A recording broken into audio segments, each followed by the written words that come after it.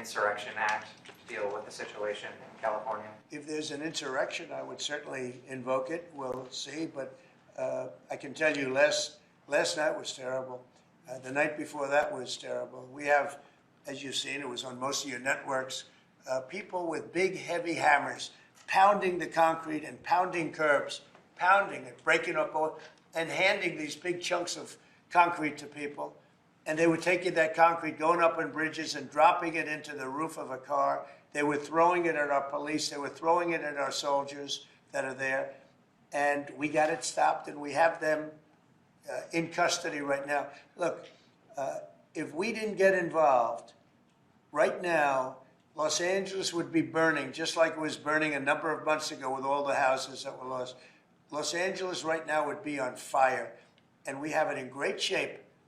We're not playing around. How will you determine whether or not there is an insurrection? Well, you'll take a look at what's happening. I mean, I could tell you there were certain areas of Los Angeles that you could have called it an insurrection.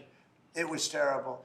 But these are paid insurrectionists. These are paid troublemakers. They get money. And when you take a look at what they do, where they show up and everyone's saying, what's he doing? He's pounding the curbs. This one guy's pounding the curb, breaking the curb, and handing big pieces of granite. In some cases, it's granite and concrete to other people. And they're running out with it. And then we watch the other people, and they try and throw it into the face of the soldiers, throw it into the face of the police, and they hurt some people very badly. They go up on bridges, they drop it down on the cars as the cars are moving. They're not breaking the curb because they're doing a demolition service. They're breaking it to hand out to people as a weapon. It's bad stuff. I've never seen that before. And Mr. President, when is the last time you spoke with Governor Newsom? A day ago.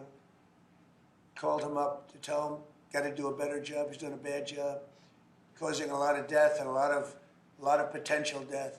If we didn't send out the National Guard, and last night we gave him a little additional help, you would have, Los Angeles would be burning right now.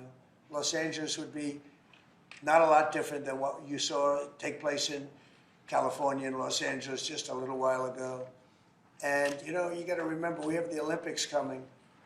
And we don't want people looking at Los Angeles like it would have been. It would have been bad. Last night, they had total control.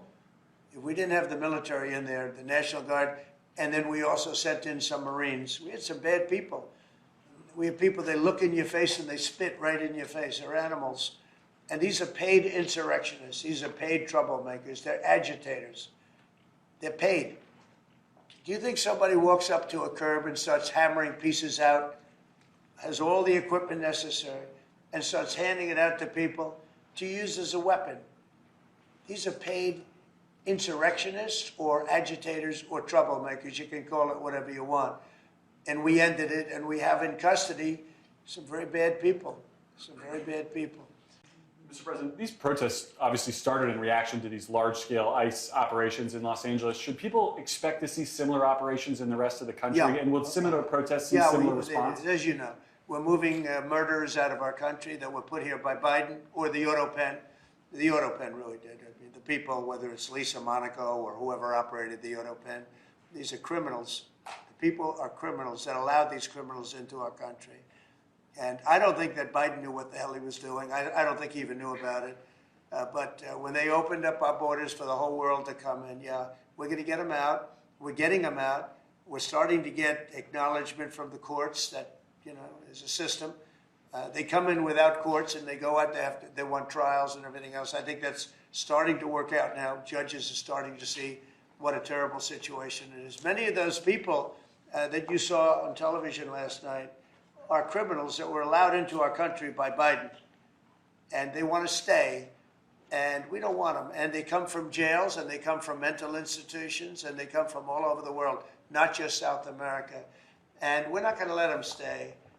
And this is the first, perhaps, of many, or perhaps, you know, if we didn't attack this one very strongly, you'd have them all over the country. But I can inform the rest of the country that when they do it, if they do it, they're going to be met with equal or greater force than we met right here.